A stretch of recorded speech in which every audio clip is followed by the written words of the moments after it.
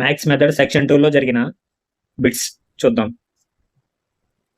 అనేక త్రిభుజముల కోణాల మొత్తము పరిశీలించిన పిదప విద్యార్థి త్రిభుజంలోని 3 కోణాల మొత్తం 180 డిగ్రీలు అని సాధారణీకరించిన ఈ పద్ధతి ఏ ప్రక్రియ అంటారు?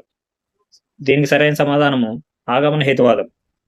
తర్వాత ప్రశ్న, ఎవరి వర్గీకరణ ప్రకారము ఒక ఆలోచన సరళగా గణితం అనున్నది ఒక విద్యా విలువను కలిగి ఉంది? దానికి సరైన సమాధానము యంగ్. తర్వాత ప్రశ్న, మానసిక చలనాత్మక రంగంలో ఉచ్చారణ కన్నా ఉన్న స్థాయి లక్ష్యం ఏది అని అడిగాడు.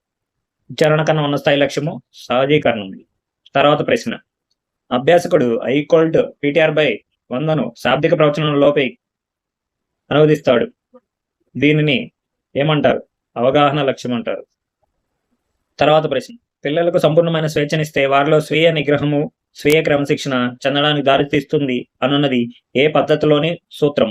దానికి సరైన సమాధానం మాంటిసోరీ పద్ధతి.